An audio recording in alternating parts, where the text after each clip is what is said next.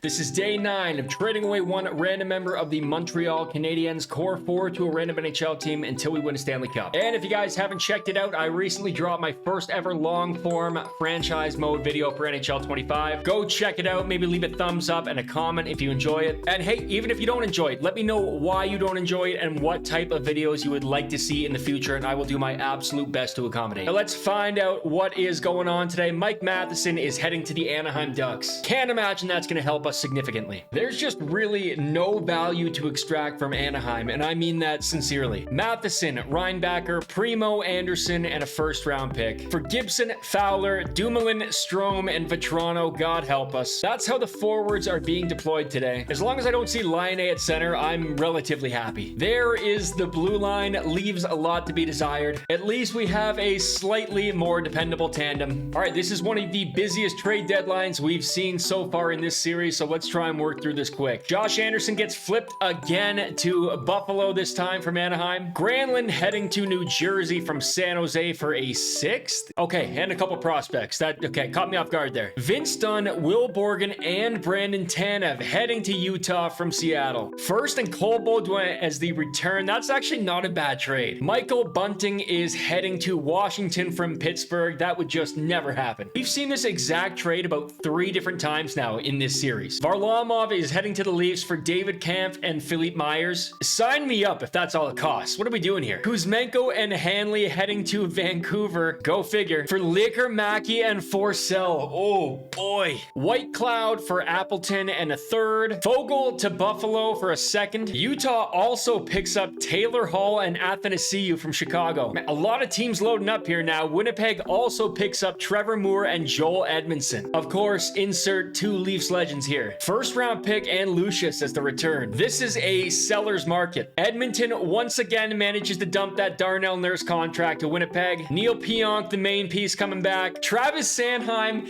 and Rasmus Ristolainen heading to Chicago. That's hilarious. Philly manages to get 2 seconds. They did well to dump that Risto contract. Boston, once again, loading up. They get Brian Rust and Ryan Graves from Pitt. And finally, that's pretty much it. And as always, there is no logic behind EA's simulation. We finished 5th in the NHL today somehow. This team puts up 99 points with a 46, 29, and 7 record. Utah, who made a ton of moves at the trade deadline, it seems like it paid off, finished 1st in the NHL with 110 points. Oh no, the St. Louis Blues put up 53 points this season and finished dead last. What the hell happened there? Now that is a remarkably balanced scoring attack this season. Nick Suzuki leads the way with 82 points. John Gibson played 78 games this season. Might be a few too many, boys. Numbers honestly weren't even that stellar. He had a 3.12 goals against average and a 905 save percentage. Matheson actually has a very solid season with the Ducks, puts up 16 goals and 45 points. And all is right in the world as Connor McDavid puts up 115 points to lead the NHL. Nathan McKinnon is going to take the Rocket with 61 goals. No surprise here. Makar is going to take the Norris with 96 points. And despite Gibson leading the NHL in wins, I don't think he's taken home the Vezina. My pick would be Bobrovsky more than likely. Austin, Montreal, round 1. What a great rivalry. Montreal falls in 7 to Boston, unfortunately, today. The Oilers get it done today. They are your cup champs,